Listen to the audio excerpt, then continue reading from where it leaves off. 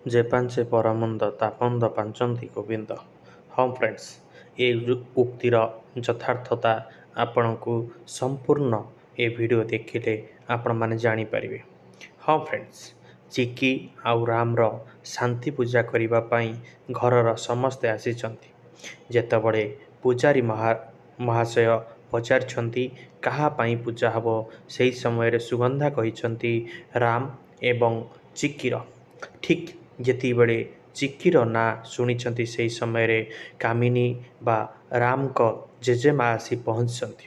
ସେହି ସମୟରେ କହିଛନ୍ତି ସୁଗନ୍ଧା ବନ୍ଦ କର, ମୋ ରାମ ସହିତ ସେ ଚିକିର ନାଁ କେବେ ନେନା।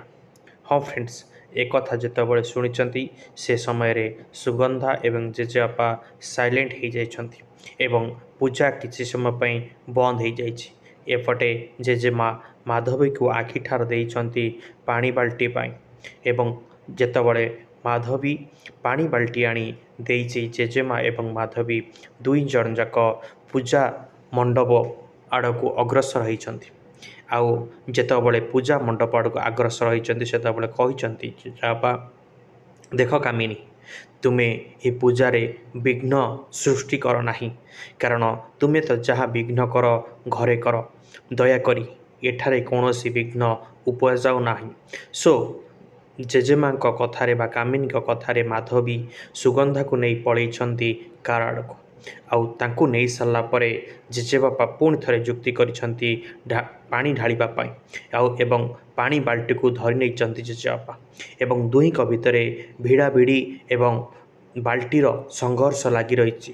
ହଁ ଫ୍ରେଣ୍ଡସ୍, ସେମାନେ ସଂଘର୍ଷ କରିବା ପୂର୍ବରୁ ଆପଣମାନେ ପ୍ଲିଜ୍ ଯେଉଁମାନେ ଆମ ଚ୍ୟାନେଲକୁ ସବସ୍କ୍ରାଇବ୍ କରିନାହାନ୍ତି ଦୟାକରି ସବସ୍କ୍ରାଇବ୍ କରନ୍ତୁ ଏବଂ ପାଖରେ ଥିବା ବେଲ୍ ଆଇକନ୍କୁ ପ୍ରେସ୍ କରନ୍ତୁ। ଆଉ ପୁରୋହିତ ମହାଶୟ ଏଇଠାରେ କାମିନୀଙ୍କୁ ସ୍ପଷ୍ଟ ଜଣାଇ ଦେଇଛନ୍ତି, ଦେଖ, ପୂଜା ମଝିରୁ ବନ୍ଦ କଲେ କୌଣସି ଶାନ୍ତି ବା କୌଣସି ସୃଷ୍ଟି ଭଲ କଥା ନୁହେଁ, ତ ଦୟାକରି ପୂଜାରେ ବିଘ୍ନ ଆଣନ୍ତୁ ନାହିଁ। କିନ୍ତୁ ଏକଥା କାମିନୀ ଶୁଣି ନାହାନ୍ତି। ଜେଜେଙ୍କୁ ଗୋଟେ ଧକ୍କା ଦେଇଛନ୍ତି ଏବଂ ସେ ଧକ୍କାରେ ଜେଜେ ବାଲ୍ଟି ଛାଡ଼ି ଯାଇଛନ୍ତି ଏବଂ ସେ ଚେଷ୍ଟା କରିଛନ୍ତି ପାଣି ନିଆଁକୁ ଲିଭାଇବା ପାଇଁ ବା ହୋମ ନିଆଁକୁ ଲିଭାଇବା ପାଇଁ। ଆଉ ଯେଉଁ ବାଲ୍ଟିରେ ପାଣି ଆଣିଥିଲେ ସେ ବାଲ୍ଟି ପାଣି ଦ୍ୱାରା ହୋମ ନିଆଁକୁ ଲିଭେଇଛନ୍ତି। ହଁ ଫ୍ରେଣ୍ଡସ୍, ଏ ସବୁ ଯେଉଁ ଦେବୀ ମା ସବୁ ଦେଖୁଥିଲେ ଆଉ ଠିକ୍ ଲିଭେଇବା ସମୟରେ କିଛି ନିଆଁ ଜେଜେମାଙ୍କ ବା କାମିନୀଙ୍କ ଲୁଗାରେ ଲାଗିଯାଇଛି। ଆଉ ଏହା ଦେଖିଛନ୍ତି ସୁଗନ୍ଧା।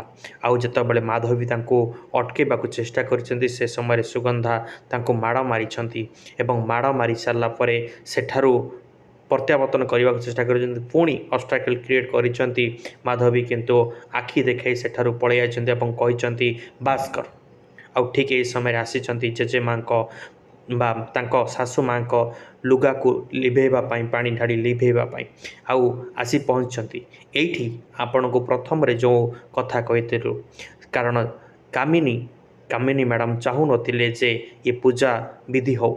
ସେମାନେ ପରର ଅମଙ୍ଗଳ ବା ଚିକିର ଅମଙ୍ଗଳ ଚେଷ୍ଟା କରୁଥିଲେ, କିନ୍ତୁ ଭଗବାନ ଯାହା କରନ୍ତି ପ୍ରାଣୀର ମଙ୍ଗଳ ସେହି ନ୍ୟାୟରେ ଯେ ପାଞ୍ଚେ ପରମନ୍ଦ ତାମନ୍ଦ ପାଞ୍ଚନ୍ତି ଗୋବିନ୍ଦ। ହଁ ଫ୍ରେଣ୍ଡ, ଆପଣମାନେ ଆମ ଚ୍ୟାନେଲକୁ ସବସ୍କ୍ରାଇବ୍ କରନ୍ତୁ।